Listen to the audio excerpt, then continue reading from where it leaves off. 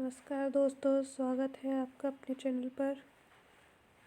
आज हम हिंदी लिटरेचर के जो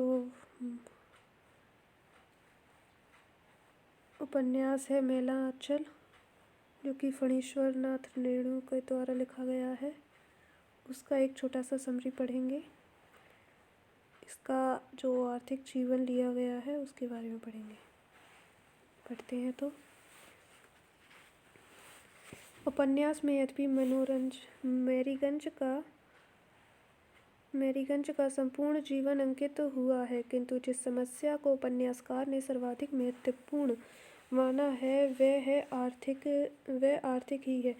रेणु समाजवाद से जुड़े रहे हैं और समाजवादी विचारों के अनुकूल आर्थिक जीवन को सबसे महत्वपूर्ण मानते हैं। यह रचना आरंभ में भौगोलिक व सांस्कृतिक वर्णन अधिक करती है, पर धीरे धीरे मैरीगंज की समस्याओं तक पहुंचती है और वहां महसूस होता है कि जब तक गरीबी व जहालत खत्म न हो तब तक यह अंचल मेला ही रहेगा। डॉक्टर प्रशांत के चरित्र के माध्यम से रेणु ने यह समस्या विशेष रूप से स्पष्ट की है। डॉक्टर प्रशांत गांव इसलिए आया है कि उसे ज़्यादा से ज़्यादा रोगियों से पैसा वसूल कर अमीर बनना चिकित्सक धर्म के खिलाफ लगता है। उसकी इच्छा काला बाजार के निदान के लिए रामबाण औषधि खोजना है, पर एक बिंदु पर वह महसूस होता है कि जिस आदमी के लिए जीवन का अर्थ भूख है, बेबसी है, उसके लिए यह दवाई किसी काम की नहीं है। उसके लिए बेहतर यही है कि वह भूख और बेबसी के स्थान पर मलेरिया से बेहोश होकर शांतिपूर्ण मृत्यु प्राप्त कर सके। यह सोचना है। वह सोचता है, आम से लदे हुए पेड़ों को देखने के पहले उसकी आंखें इंसान के उन टिकोलों पर पड़ती हैं जिन्हें आमों की गुठलियों के सूखे गूदे की रोटी पर जिंदा रहना है। वह नए संसार के लिए इंसान को स्वच्छ और सुंदर बनाना चाहता था। यहाँ इंसान है कहाँ? अभी पहला काम है जानवर को इंसान बनाना। मान लिया कि उसने काला बाजार की एक रामबाण औषधि का अनुसंधान कर लिया, किंतु इसके बाद और यहाँ का आदमी जी कर करेगा क्या? ऐसी जिंदगी पशु से भी सीधे है।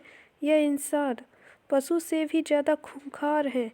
पेट, यही इनकी सबसे बड़ी कमजोरी है। मौजूदा सामाजिक न्याय विधान ने इन्हें अपने सैकड़ों बाजुओं में जकड़कर ऐसा लाचार कर रखा है कि वे चूं तक नहीं कर सकते।